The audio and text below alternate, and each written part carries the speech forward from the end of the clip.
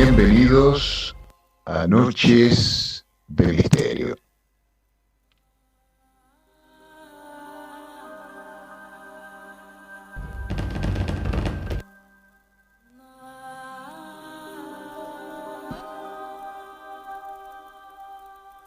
Durante muchos años nos dijeron que eran globos, basura espacial, alucinaciones, que miráramos para otro lado, que nada de esto era real. Pero ahora, pasando el tiempo, los mismos que se reían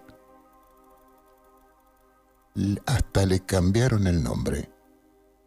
Ya no son más ovnis, ahora son WAPs, fenómenos aéreos no identificados. La pregunta es, ¿por qué cambiar el nombre a algo que supuestamente no existe? Hoy vamos a hablar de eso que invade regiones aéreas y los mares del mundo sin autorización. Aparece de pronto con movimientos asincrónicos que rompen nuestra física, que pasan de 0 a 20 Mach sin ruido, o al menos muy leve, sin inercia. Videos desclasificados por el Pentágono. Y también videos de pilotos de combate que los tuvieron de frente.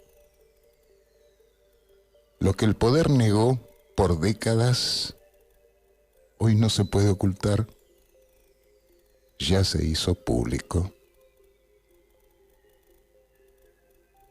El cielo y el mar ya no es únicamente nuestro.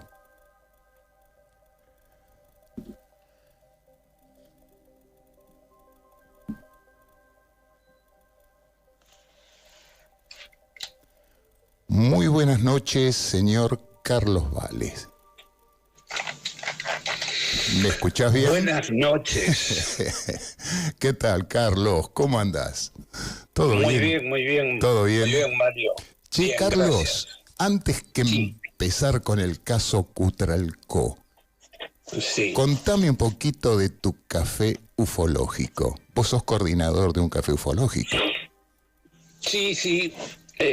Va a ser la segunda presentación del café ufológico Bien. de General Rodríguez. ¿Dónde se realiza, Carlos?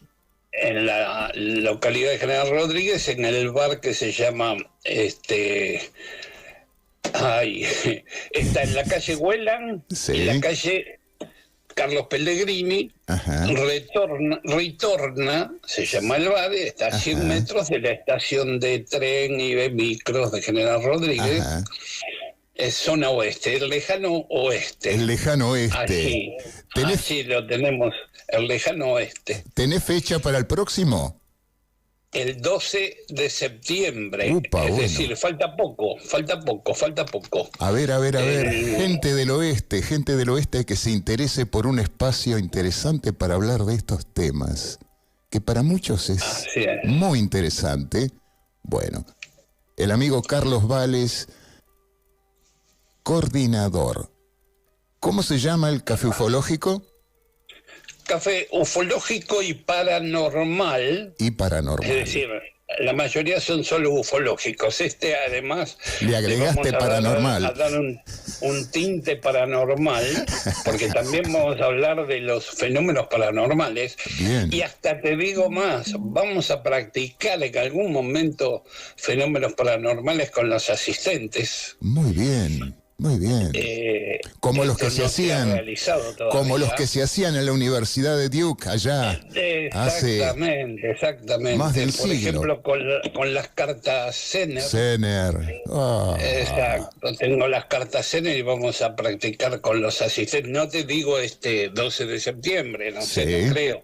Sí. Pero más adelante sí lo vamos a hacer con además de hablar del fenómeno OVNI, y bueno, contar investigaciones que hice y que hemos hecho con los grupos, y esto es 18:30 horas, sábado 12 de septiembre. Siempre es el segundo sábado del mes. Bien, perfecto. No haces como yo que lo hago, no tengo fecha exacta para hacerlos, así que los invito una semana antes, ¿viste? Cambiando la fecha. Lamentablemente no puedo tener una fecha exacta. Pero bueno. Claro. Pero bueno, esto es en General Rodríguez, no es lejos. Se llega por tren desde el 11, haciendo transbordo en Moreno, o en colectivo con el 57, en una hora están en General Rodríguez desde el 11. Colectivo que cuando viví en Capital, vos sabés que lo he tomado varias veces a ese colectivo. Después me cambió el recorrido. Bueno, ahora va por el camino al Buen Aire y todo eso. Desde Palermo. Claro. Bueno, porque va a Palermo también. Pero está el que va a Moreno y está el que va a Mercedes, que pasa por General Rodríguez. Claro. Carlos, vamos a hablar de un caso que te tocó investigar de cerca, muy de cerca. Caso Cutralcó. Comentanos un poquito. Nosotros, a medida que vayas hablando, vamos pasando fotos. Bueno, ¿cómo no? Fotos tuyas del lugar, de los testigos. Exacto. Sí. Mira, y yo voy relatando. Arrancamos con la representación de lo que los testigos vieron. A ver si podemos ir pasando. Vos podés ir hablando detrás si querés. A ver, bueno, ahí está. ¿Qué tenemos ahí? 11 de septiembre de 1995. Cuasi aterriza una nave a 30 metros de las casas en el barrio Retamal Jara de Cutralcó, detrás del cementerio. Según los testigos que estuvieron más cerca, calculan que era un objeto ovoidal entre 40 y 60 metros de diámetro, con luces que giraban de izquierda a derecha en los colores primarios, digamos el rojo, el azul, el amarillo, también el verde y el blanco. Y arriba tenía como una protuberancia en donde había como un reflector que iluminaba de color rojo. Que eso lo he escuchado en varios testigos que estuvieron cerca del objeto y que ese reflector de color rojo es común, digamos que es casuística, está en la casuística. Este fenómeno ocurre en el año 1995. Vos sabés que en la otra foto aparece el mismo objeto pero con una escalerilla. Claro, ¿por qué? Porque cuando este objeto cuasi aterriza, ¿por qué digo cuasi aterriza? Porque queda a 2-3 metros del piso, bamboleándose. Y dos personas que vivían ahí enfrente y que lo tienen de frente, la mujer se acerca al objeto, cruza la calle y se acerca al objeto y queda a 4 metros del objeto. 4 metros del objeto. Sara Navarrete, que le decimos Sarita con cariño porque fue la persona que estuvo más cerca del objeto y que hasta que fuimos nosotros en el 2020 no había dado testimonio a nadie. Tampoco fueron muchos a investigarlo, pero había estado Luis Elizondo, pero no los encontró a ellos. El marido, que era bombero, el marido de ella, que también estaba ahí en ese momento, Parada, César Parada. Bueno, ella nos describe el objeto como se ve ahí, digamos, con luces rojas, amarillas, verde, azul, blanco, que el material dice que era plateado tipo aluminio o acero inoxidable, que tenían las ventanillas que giraban los colores en las ventanillas, en el ecuador del objeto, de izquierda a derecha. Y cuando ella se acerca, en la parte izquierda se abre una puerta corrediza, que ella ve todo negro adentro, y baja una escalerilla. Epa. Como invitándola a subir. A subir. Porque uno dice, bueno, ¿por qué una escalerilla? Ya es algo obsoleto si tienen, supuestamente. Digamos, la escalerilla es muy humano, ¿viste? Es muy terrestre, pero pensándolo bien, sino que tienen el haz compacto y coherente que sube a las personas como un ascensor. Pero eso sería una abducción, o sea, un rapto. Sí. Y no sabemos si el testigo está de acuerdo en que lo suban. Entonces la escalera, yo creo que es como diciendo, ¿querés subir? Acá tenés la escalera. No te vamos a raptar. Era una especie de invitación solapada, digamos, ¿no? Eso pienso yo. No hacía ruido el objeto. Había mucho viento que iba de norte a sur, pero ese viento era producido por el objeto hacia el objeto, es decir, hacia el objeto, y hacía unos 7 grados bajo cero. ¿Qué nos dice Sarita?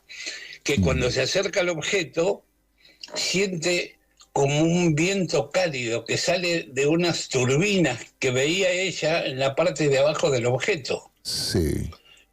Es decir, que llega a tener llega a sentir un viento cálido porque hacía mucho frío. ¿Escuchaba ruido? Nada, silencioso. Silencio. Y el viento levantaba la tierra y la arena, eso era todo desértico en ese momento. Y ella estaba ahí, al lado del objeto, esperando que alguien bajara a ver qué le decían, de dónde venían. Quería saber quién bajaba y de dónde venía. Claro. Al momento de estar ella ahí unos minutos al lado del objeto, cosa que hay pocos casos con tanto acercamiento. Exacto. Este caso argentino, para mí está en el top 5 de los casos argentinos, de la alta extrañeza. Mira. Porque, y sin exagerar, porque hay muchas cosas que se desprenden de este caso. Viene el marido y la agarra de la mano y la lleva a la casa y la encierra con llave porque tenía miedo que se la lleven. ¡Epa! Mira.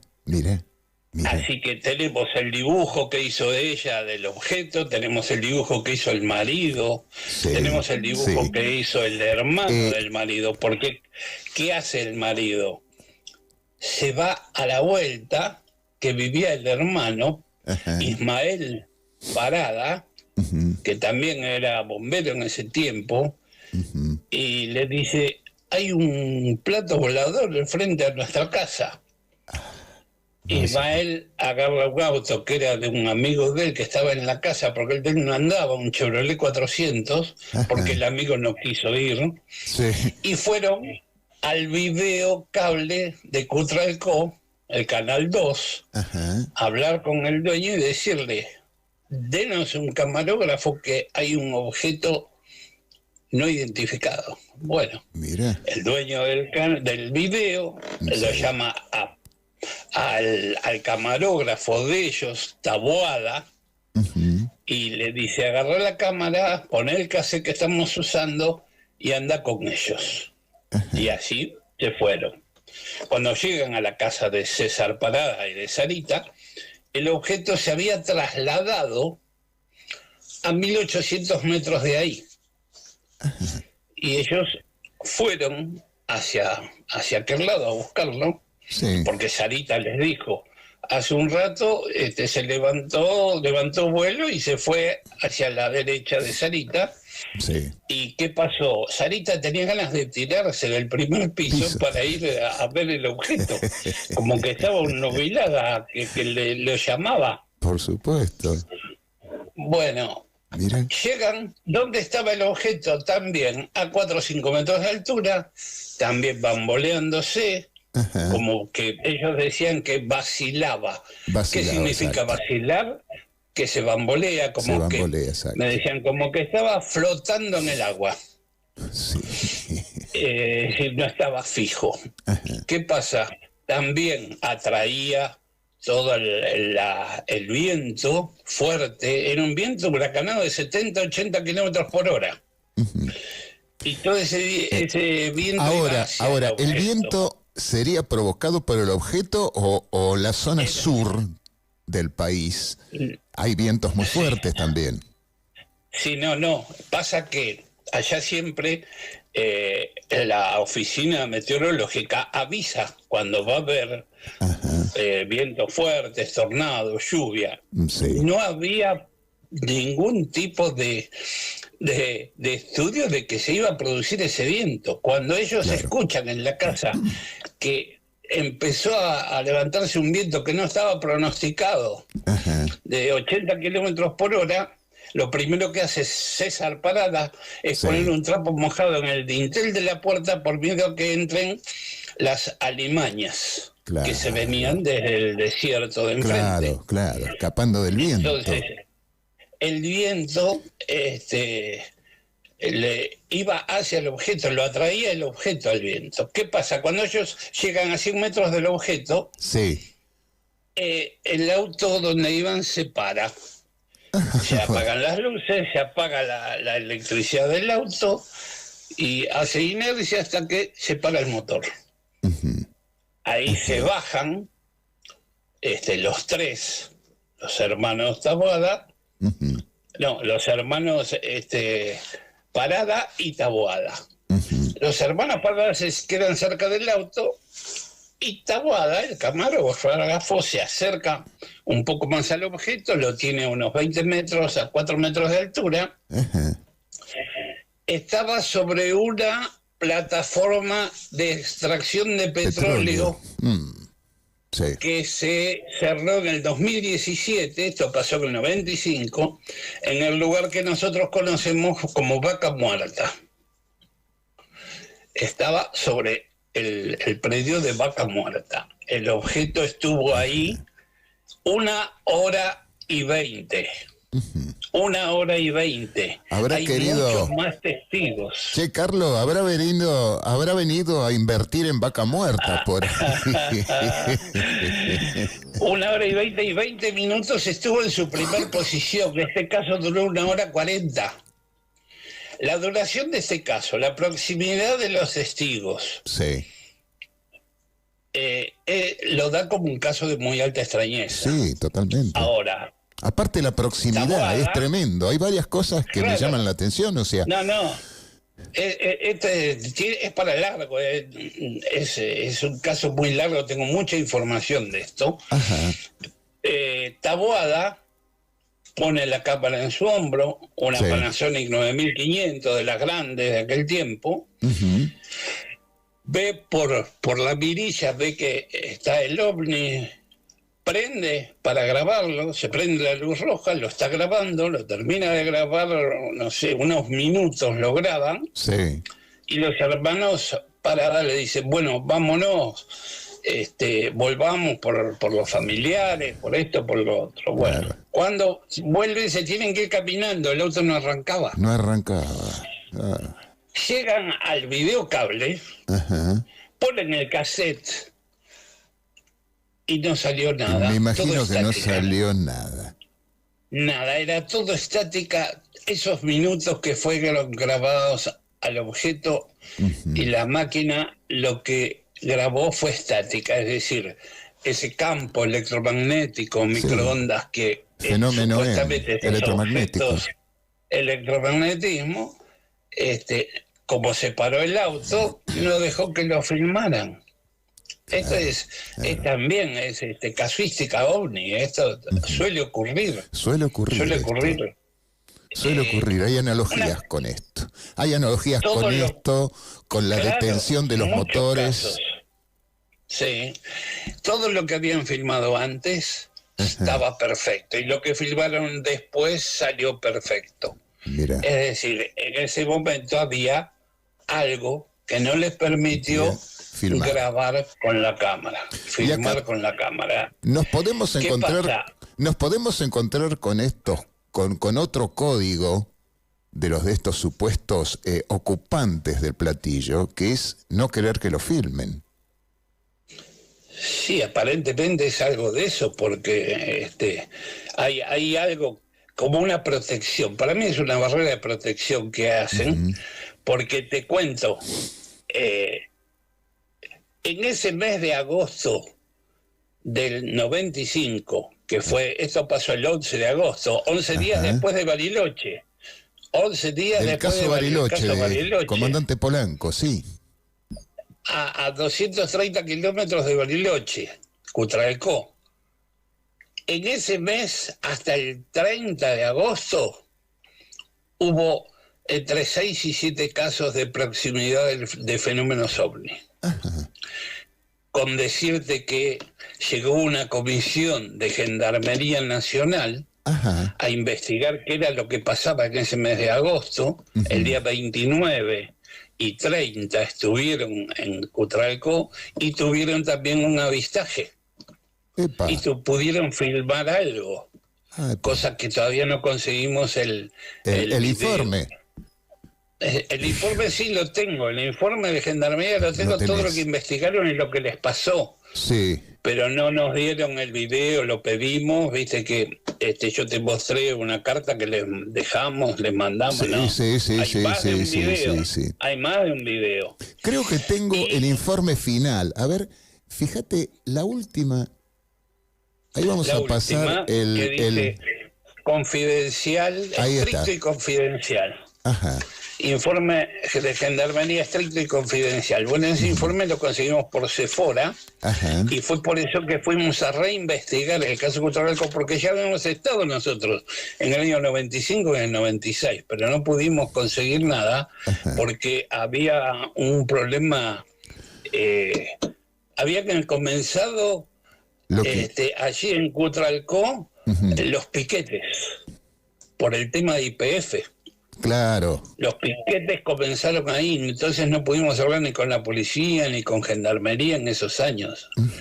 Lo único que habíamos conseguido fue un video que filmó una familia, la familia Luna, a unos 250 metros de donde estaba el ovni en su segunda posición, en donde se ven las luces que giran de izquierda a derecha, y ellos estaban viendo el objeto y lo han filmado unos minutos. Esa filmación la tenemos. La tenemos en la familia Luna. Tenemos también la declaración de la familia Luna de que ellos estaban viendo el objeto, que hacía mucho frío, había un viento terrible, y cuando el objeto aterriza en esa segunda posición, cuasi aterriza, se corta la luz en la zona. Y cuando estaba en su primera posición, cuando cuasi aterriza, se corta la luz, y cuando se va, vuelve la luz. Y acá pasa lo mismo. En toda la zona aledaña a donde estaba el objeto se cortó la luz. Era de noche ya.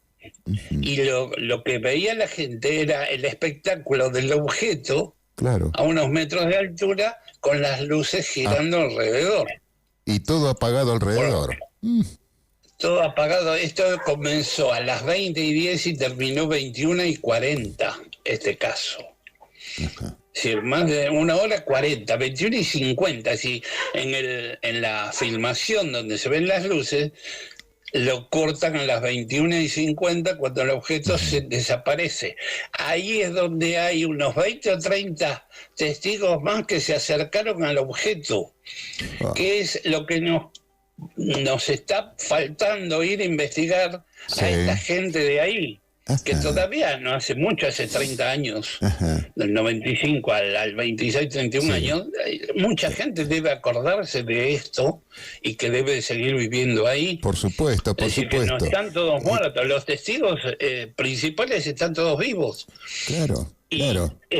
Carlos, la policía de Neuquén, ¿intervino en eso? No. No intervino. No, también llegó una comisión de CITEFA a investigar, porque también otro caso que hubo en el mes de agosto, y llegó una comisión de CITEFA con varios integrantes de CITEFA. Tengo los nombres también, porque ese mes de agosto fue terrible de los casos que ocurrieron en Cutralcó, porque fue todo en Cutralcó y cerca de Cutralcó. Fíjate la importancia que le dio Gendarmería, que tuvimos que hacer un informe para la revista interna de Gendarmería, y fue el primer caso de OVNI que se publicó en la revista interna de Gendarmería. Mira. Cutralcó 25 años después. Acá tengo todo el informe que le mandamos con toda la explicación. Sí. Y la jefatura de agrupación 12 de Neuquén había destacado en el lugar al oficial de inteligencia segundo comandante don Ramón Osvaldo Quiroga, y al encargado de dicha área, suboficial mayor Luis Desiderio Codoseo, durante los días 29 y 30 de agosto del 95, con el propósito de relevar una oleada de experiencias sucedidas antes y después del 11 de agosto, contando con la valiosa presencia de Quiroga, en donde estuvo en el Congreso de Sephora del 2019 explicando y contando lo que habían hecho, en cuyo transcurso se presentó el caso y fue reafirmado por el comandante Quiroga. Pocas experiencias de tal cercanía cuentan tantos testigos y tan extenso tiempo de observación.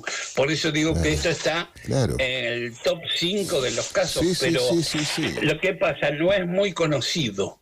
No se le hemos dado mucha trascendencia a este caso, pero ha habido después también llegó, si te digo, la gente que estuvo tratando de investigar todo y no pudieron dar con la principal testigo, científicos franceses. Mirá, acá tengo. Canal 3 de Boulogne, Francia. Televisión de Venezuela. Un señor Rolando Merelles de Australia. La Universidad de Santa Fe. La Universidad de Ramallo. Se tiene conocimiento que arribaron al lugar la Comisión de las Fuerzas Aéreas, CITEFA, el oficial cordobés de la Fuerza Aérea, señor Atenor Fernández, y Julio Goyen Aguado. Mirá, el gran Julio Goyen Aguado, Julio Goyen Aguado, el espeleólogo de CITEFA y de CEFE, el otro grupo. En el 2019 le hizo Elizondo, y hubo científicos franceses que también estuvieron allí. Carlos, es interesante lo de Elizondo, ¿no? Porque de agente de contraespionaje y de inteligencia, ¿no? Desplegado en Afganistán, desplegado en centros donde hay lamentablemente guerras, que se haya dedicado a la investigación del fenómeno también, y que se haya costeado haber venido hasta acá, hasta Argentina, para seguir investigando esto. Y un eterno buscador de metamateriales. Sí, exacto. Bueno, no tuvo suerte de encontrar a Sarita, porque no estaba, y no estaba el marido tampoco, solo habló con el hermano, con Ismael Taboada. Nos contó Ismael Taboada que llegaron unas camionetas negras con todo el equipo para filmar para el programa de No Identificado, y que le hicieron reportajes a él. Y bueno, pero nada más, no pudo sacar más información, ni de Gendarmería tampoco.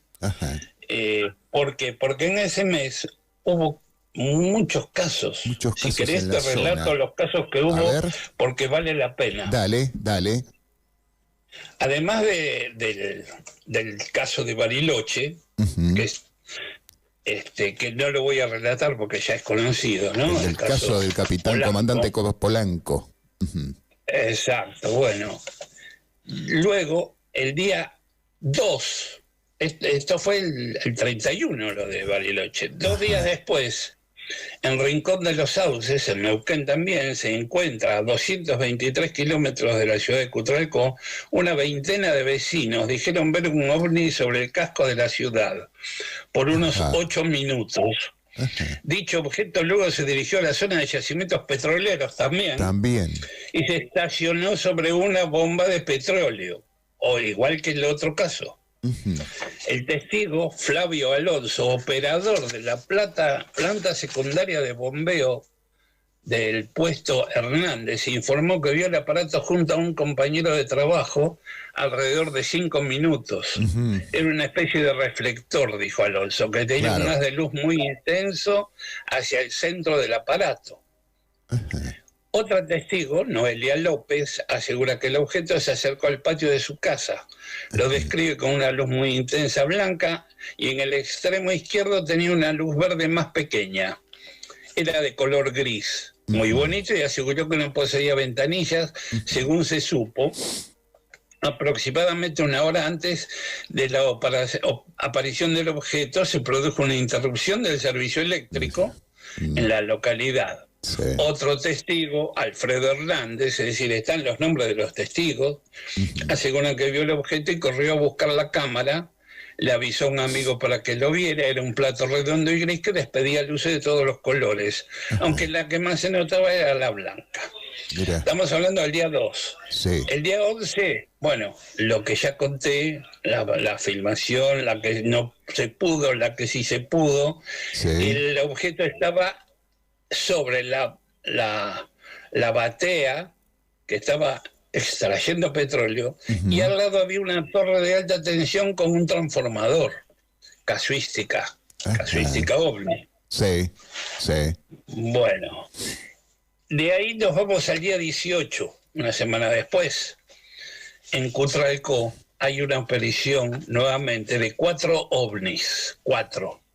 El periodista de IBC Ingeniería en Videocable, Ricardo Astorga, quiere filmar los objetos, pero le es imposible porque se le paraliza la cámara. Es decir, otro videocable, otro camarógrafo, 4 ovnis que aparecen y no los puede filmar. No los puede filmar. Repite. Los objetos repiten lo que pasó el día 11. Exacto. Pero se le paraliza la cámara. Era una flotilla de 4 naves que dejan unas huellas circulares con profundos surcos. Estas huellas fueron investigadas por la Fuerza Aérea Argentina. A eso fue CITEFA, por ese caso. Dichos objetos emitían luces de color verde, rojo y blanco. Realizaban vertiginosos desplazamientos verticales y horizontales. No se pudieron fotografiar ni filmar por los testigos. También hubo efecto electromagnético en los motores de los autos cercanos. El personal del servicio meteorológico pudo observar el fenómeno y dio alerta a los medios. Importante. El servicio meteorológico pudo observar el fenómeno y dio alerta a los medios. Por eso fue de IBC Cable. 4 días más, el día 22, en Chile hubo una oleada al sur de Chile, cerca a 340 kilómetros de Cutralcó. En Florida, Los Sauces, Reinaco, Biobío, Malleco, Cautín. Es decir, andaban por ahí los objetos. El día 29 llega a la ciudad de Cutralcó una comisión de gendarmería, al mando del oficial, como dijimos, de inteligencia Ramón Osvaldo Quiroga, y el encargado del área, el mayor Luis Desiderio Codoseo, quienes proceden a investigar los casos ocurridos en Cutralcó en el mes de agosto del 95. Entrevistaron al camarógrafo Taboada, a los testigos voluntarios Sergio Parada, al señor Luis Alberto Luna, que era el director del Canal 2, a José Luis López y a su socio, Horacio Sergio Dota, en momentos en que se informa la aparición de una luz extraña, por lo cual la comisión de gendarmería se dirige al lugar a investigar sobre la ruta 17, camino a Picunleufú. Todo esto en Cutralcó. Pudieron observar por 45 minutos un fenómeno luminoso extraño al cual pudieron filmar por el término de 15 segundos, aproximadamente. El fenómeno se hallaba a unos 600 metros de altura y realizaba movimientos cortos y rápidos, lineales, verticales y pendulares, similares al de una medusa o un pez, los cuales se encuentran registrados en dicha filmación, cosa que no nos dieron, ¿no? Se sabe. Obvio. Se pudo observar que dicho objeto, al estar iluminado, adquiría una forma circular con una saliente similar a la punta de un ladrillo en su extremo derecho.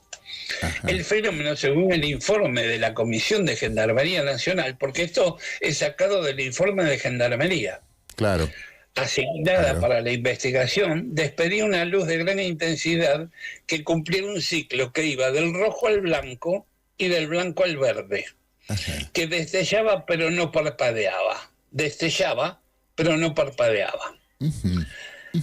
Al retomar al estudio del canal y luego de comprobar que se había logrado filmar esos segundos, se presentó un matrimonio compuesto por un profesor de secundaria y una enfermera, suministrando otra filmación del objeto desde otro punto geográfico de la ciudad en la misma dirección y a la misma hora. Al otro día, el 1 de septiembre del 95, arriba a la ciudad de Cotralcó, la comisión de las Fuerzas Armadas, de la Fuerza Aérea, a Tenor Fernández, el oficial de la Fuerza Aérea, a Tenor Fernández, y el espeleólogo Julio González Aguado, representando a la comisión oficial de CITEFA. Se entrega el material a la jefatura de agrupación 12 de Neuquén, casetes de audio y de video con las declaraciones cronológicas de los avistamientos realizados el 11, el 18 y el 29 de agosto del 95. Y bueno, y después lo que te decía, también arribó a la ciudad una comisión de científicos franceses. Hubo entrevistas a Luis Luna, que el que había filmado, la mujer había filmado el ovni a 250 metros y se veían las luces. Medios de comunicación interesados en el caso, por ejemplo Mirta Legrand. El señor Luna estuvo con el programa de Mirta Legrand y en el de Mauro Viale. Universidad de Santa Fe, de Ramallo, Televisión de Venezuela, Canal 3 de Boulogne de Francia, el señor Rolando Medellez, que es un investigador argentino que está en Australia, Luis Elizondo para no identificado, en el año 2019 estuvo. Todo esto fue sacado del informe de Gendarmería, que cuentan lo que les pasó a ellos también. ¿Qué ocurrió? Y bueno, y nosotros sí mandamos una carta pidiendo que nos den informes, donde ahí la debes tener, generando el incidente. Por acá estaba la carta, creo. Pará.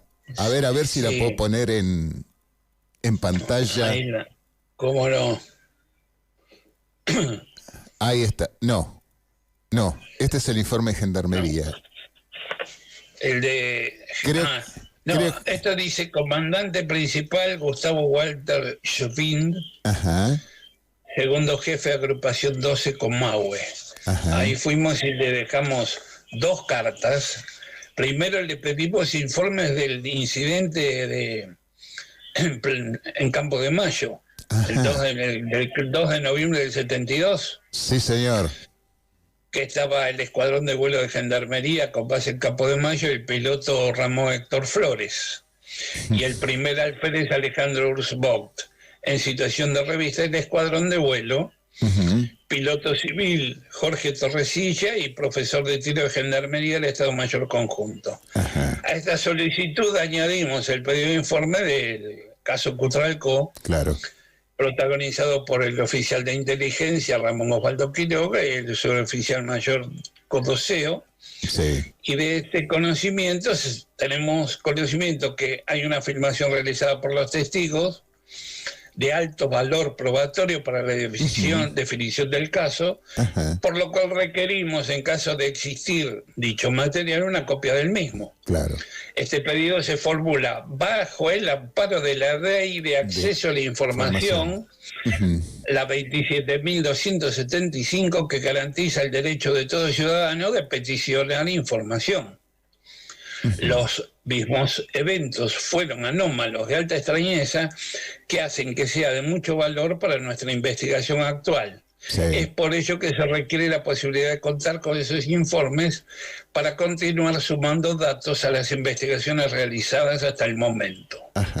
Esperando una respuesta que nunca llegó, me despido de usted, me despido usted atentamente. Nunca nos respondieron. Nunca respondieron nada. Qué También barbaridad. Fuimos a la compañía de luz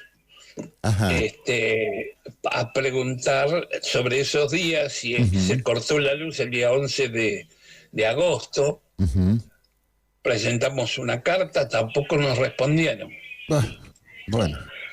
Hablamos con el intendente de Cutralcó, comentándole los casos, y nos dijo que podíamos dar una jornada informativa sobre estos fenómenos aeroespaciales en la ciudad de Cutralcó. En ese momento la íbamos a dar en octubre del 2020, el 10 y 11 de octubre, porque se cumplía un aniversario de Cutralcó. Pero como comenzó la pandemia, no lo pudieron hacer. Nosotros presentamos la carta el 18 de marzo del 2020 y el 20 de marzo comenzó la pandemia. Casi nos quedamos allá. El 19 de marzo volvimos con el último micro que venía de Cutralcó a Buenos Aires. Bueno. Y no pudimos dar la charla. Pero bueno, ahora estamos tratando de ver si hacemos un nuevo viaje a Cutralcó para ver estos otros testigos y ver si damos la famosa charla en Cutralcó para el mes de octubre de este año. Vamos a ver si podemos lograrlo. Muy bien, ojalá que sí, ojalá que sí. Ojalá que sí, por eso digo que este caso es uno de los íconos que no se conocen. Yo creo que el tema es importante para como difusión pública. Para que la gente sepa qué es, intentar qué es eso, tratar de aproximarse a una posible respuesta, muy difícil. No se sabe con qué se está tratando primero. Por todo lo que comentaste, podemos decir que existen, digamos, casos analógicos a otros casos en Argentina y en el mundo, que es detención de motores. Se apaga la luz, se corta la luz en la zona. Y sobrevuelo de zona sensible. O sea, sobrevolaron los pozos de petróleo, las bombas que extraen petróleo, como en otros lados también. Guarda que tuvimos también observaciones en la central atómica de Atucha, un ejemplo. No sé si fue por esos años también, 95, 2000, por ahí, Y bueno, y vemos que estos objetos, o como se los quiera denominar, estas luces, le llamaría yo, de carácter inteligente. De carácter inteligente y nutridas de una tecnología avanzada. Pueden ser en algunos momentos plasma, bolas de plasma, los famosos SORV. En otros casos pueden ser elementos con remache. ¿Te acordás que antiguamente, los ovnis tenían remaches todo alrededor? Había gente que le había observado remaches. Y remachados, Remachados. Y en la actualidad son luces. Mirá cómo va cambiando también la observación del testigo, ¿no? La definición. Sí. Lo que más importa o viene al caso es el sobrevuelo sobre zonas sensibles. Un ejemplo, sobrevuelo en silos nucleares, un ejemplo, Estados Unidos, también en Rusia, sobrevuelos en base de lanzamiento de cohetes, seguimiento de naves espaciales, que por supuesto los tripulantes de esas naves, después que se les da la baja, digamos que se jubilan, recién empiezan a comentar el caso de que fueron seguidos por extrañas naves, que siempre se lo atribuyeron a, basura espacial, satélites inactivos que están dando vueltas por ahí. Claro. Pero hay algunos que fueron seguidos hasta la luna, cuidado. Sí. Sí, no, igual este caso tiene mucho comparativa con otros casos. Es decir, hay mucha unilogía comparada en esto. Ajá. Por ejemplo, se encuentra un objeto suspendido en el aire. Sí. Se abre una puerta, baja una escalerilla. Hay varios testigos, acá hay muchos testigos. Acá estamos hablando de 30 testigos por lo menos. Claro. Ya nosotros hemos hablado con 11 testigos. Claro que sí.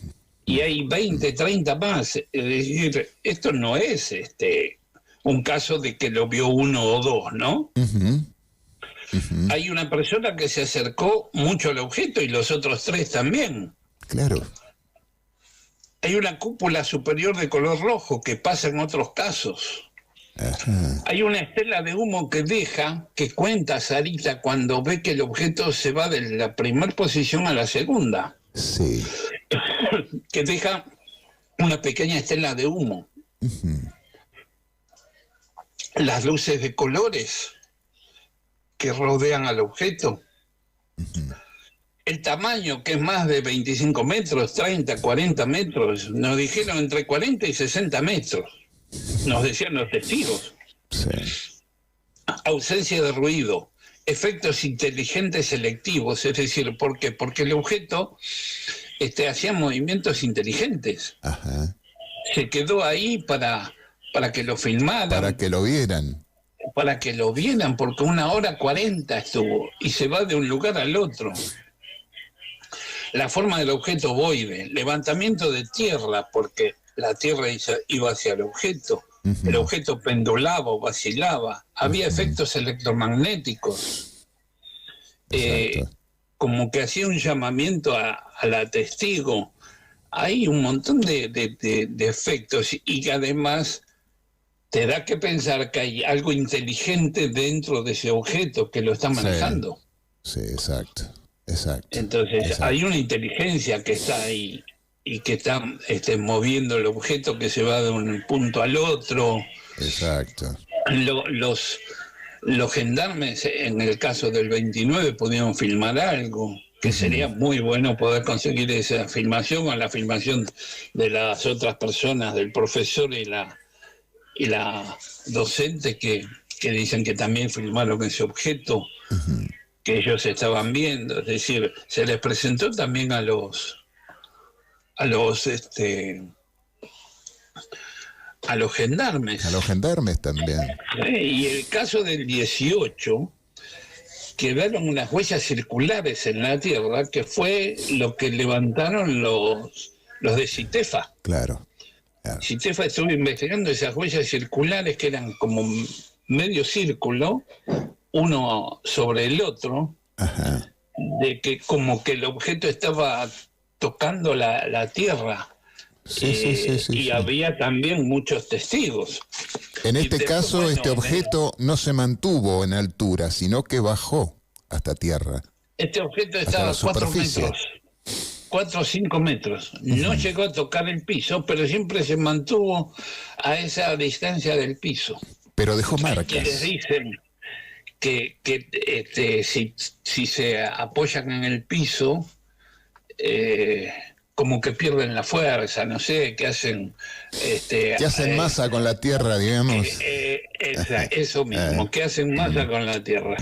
Por eso dicen que no se apoya, que hace un cuasi aterrizaje. Ajá.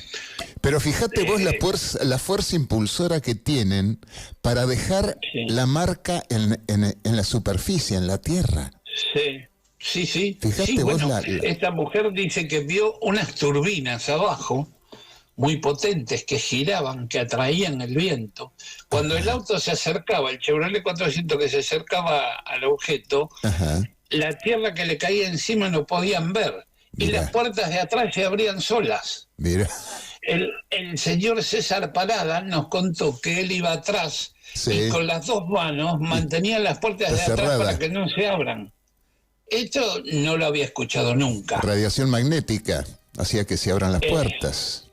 Aparentemente algún fenómeno estaba ocurriendo ahí para que se abran las puertas. Y después tuvimos un contacto, porque fui con Daniel López y una mujer que vive allá, que nos ayudó, Santana, Elizabeth Santana, que después nos contó que tiene un vecino que dice que al otro día en el barrio Retamal Jara, donde filmaron en las luces, él vio huellas en donde estuvo el ovni, donde ahí aparentemente dice que hubo 20, 30 personas que estuvieron cerca mirando el ovni. Observándolo, míralo. Observando, es decir, que estamos en un caso excepcional. Por eso digo, no exagero cuando digo que está entre los 5 casos de mayor extrañeza de Argentina.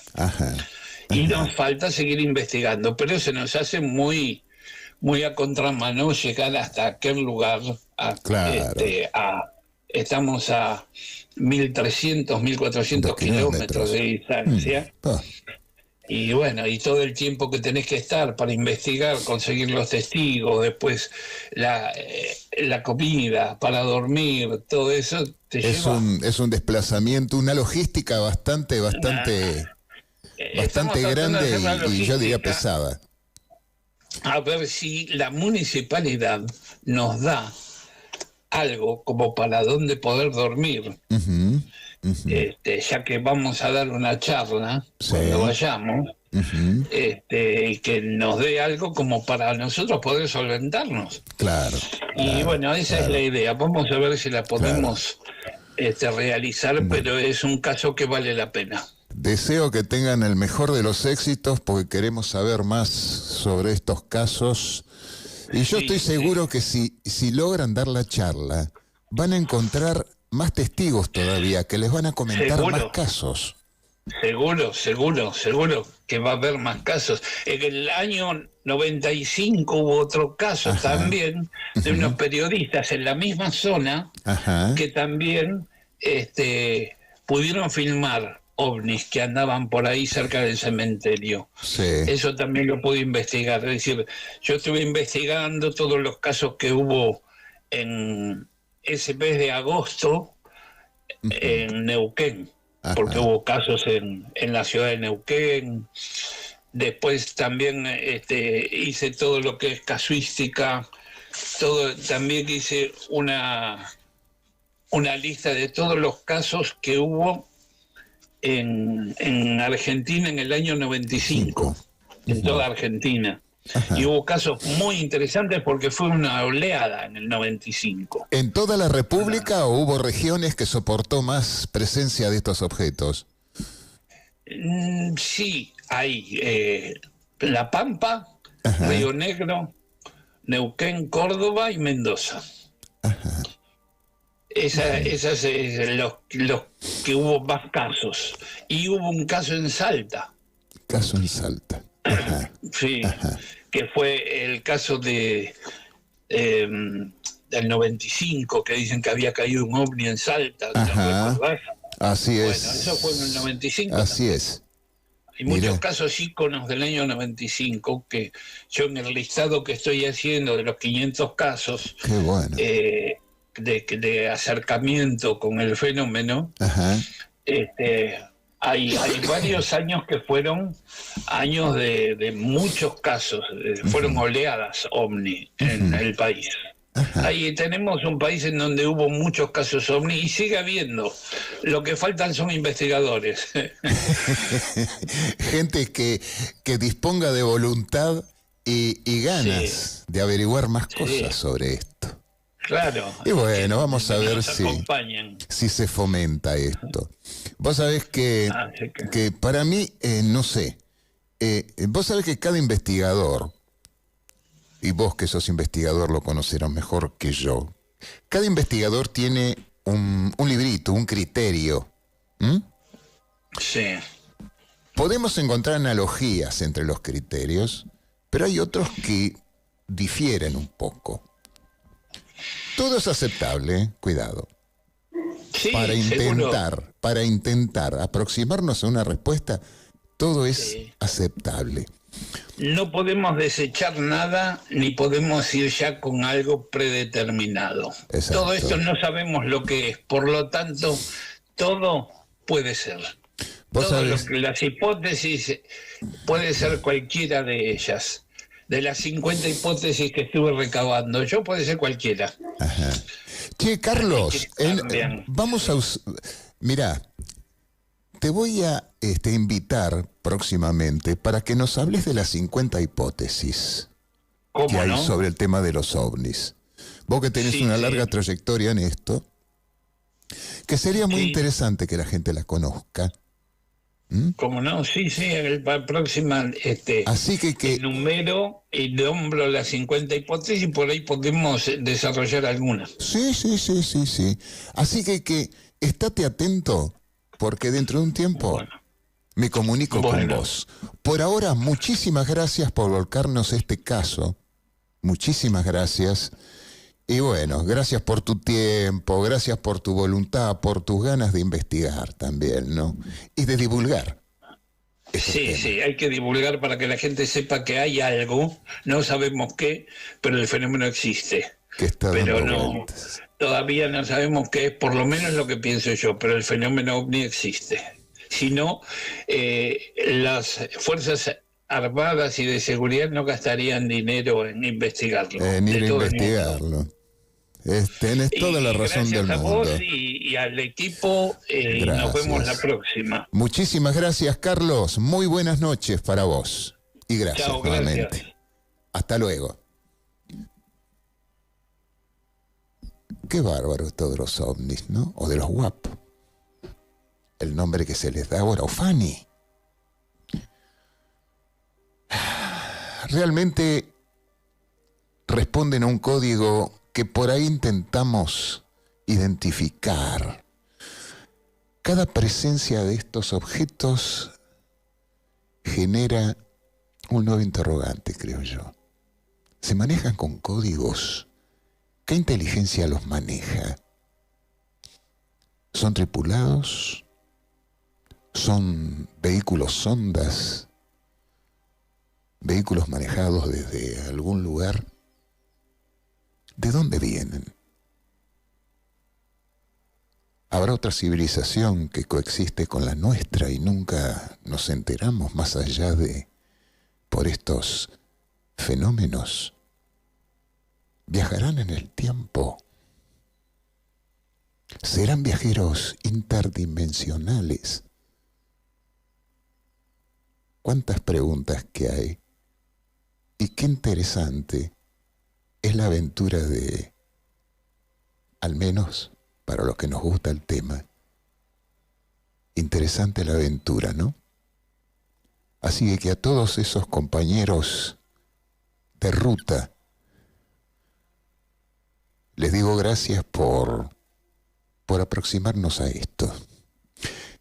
Y antes de finalizar el programa, quiero poner la última foto, porque quiero hablar de esto.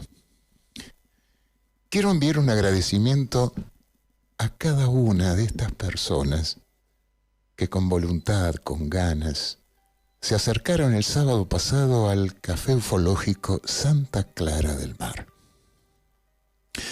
exponiendo su pensamiento, sus casos. A todos y cada uno de ellos les agradezco muchísimo. No quiero dar nombres, porque sé que me voy a olvidar de alguno.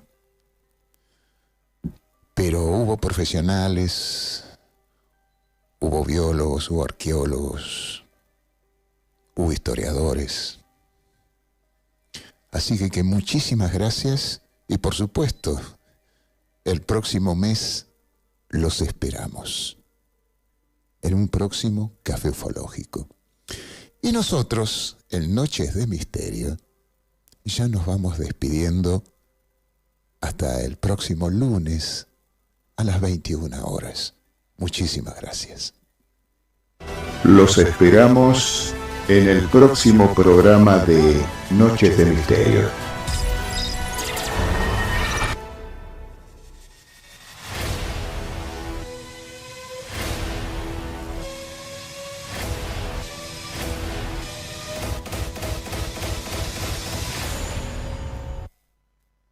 Los esperamos en el próximo programa de Noches de Misterio.